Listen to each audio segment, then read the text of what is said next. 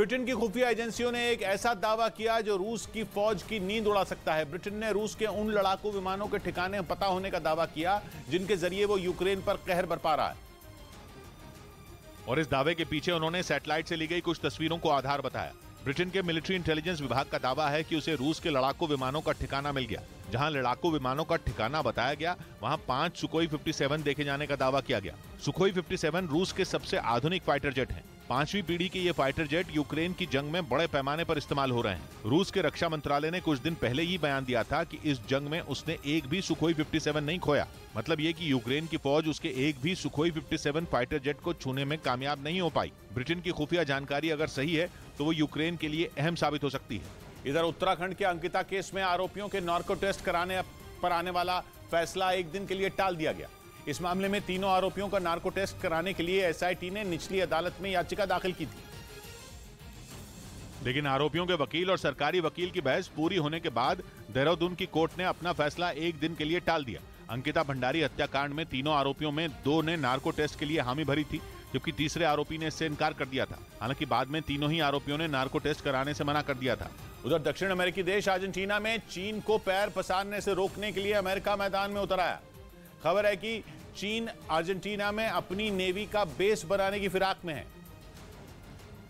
और अपने इलाके में अमेरिका चीन को फटकने भी दे, ये कैसे हो सकता है? इसलिए बताया गया कि अमेरिका अर्जेंटीना को F-16 जेट दिलाने के लिए ब्रिटेन को मनाने में लगा है। ब्रिटेन अपने हथियार या फिर अगर उसके यहाँ बना कोई उपकरण भी किसी हथियार में इस्तेमाल हुआ हो तो वो उसे अर्जेंटीना को नहीं बेचने देता।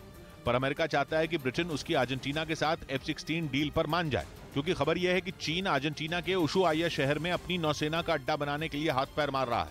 अर्जेंटीना के दक्षिण में ही अंटार्कटिका है। कहा जा रहा है कि इस अड्डे के जरिए चीन अटलांटिक और प्रशांत महासागर को जोड़ने वाले रास्ते का भी कंट्रोल पाना चाहता है। चीन और अर्जेंटीना के बीच व्यापारिक रिश्ते अच्छे हैं और ब्रिटेन के प्रतिबंधों का फायदा उठाकर चीन अर्जेंटीना में अब अपनी सेना की पैठ भी बनाने में लगा है। इसलिए अमेरिका भी एक्शन में आ गया है। इधर तमिलनाडु के राज्यपाल RN रवि के विधानसभा से वॉकआउट करने पर विवाद बढ़ गया। एक दिन पहले तमिलनाडु के CM MK स्टालिन ने राज्यपाल पर भाषण के कुछ अहम हिस्से न पढ़ने का आरोप लगाया था। और स्टालिन के मुताबिक ऐसा करके राज्यपाल ने विधानसभा के शिष्टाचार का पालन नहीं किया। स्टालिन के मुताबिक राज्यपाल RN रवि ने भाषण के कुछ हिस्से नहीं पढ़े। माना जा रहा है कि जिन हिस्सों को राज्यपाल ने नहीं पढ़ा उनमें राज्य सरकार के काम की तारीफ की गई। उधर रूस ने नॉर्वेजियन सी में मिसाइलों से लैस जंगी जहाज से अभ्यास शुरू कर दिया। पुतिन ने पिछले ही हफ्ते अपने जंगी जहाज को नॉर्वेजियन सी की ओर रवाना किया था,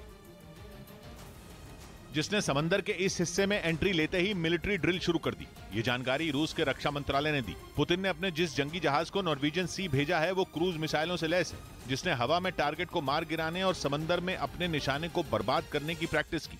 रूस की ये ड्रिल पश्चिमी देशों को सीधी चुनौती मानी जा रही है, क्योंकि उसका जहाज नॉर्वेजियन सी में है, यानी समंदर के उस हिस्से में जो अटलांटिक और आर्कटिक महासागर के हिस्सों से मिलकर बना है और रूस को पश्चिमी देशों तक जाने का रास्ता देता है। यानी रूस ने पश्चिमी देशों को बता दिया कि वो यूक्रेन में पीछे नहीं हटने वाला और अगर किसी ने उसे रोकने की कोशिश की तो वो उस पर भी हमला कर सकता है।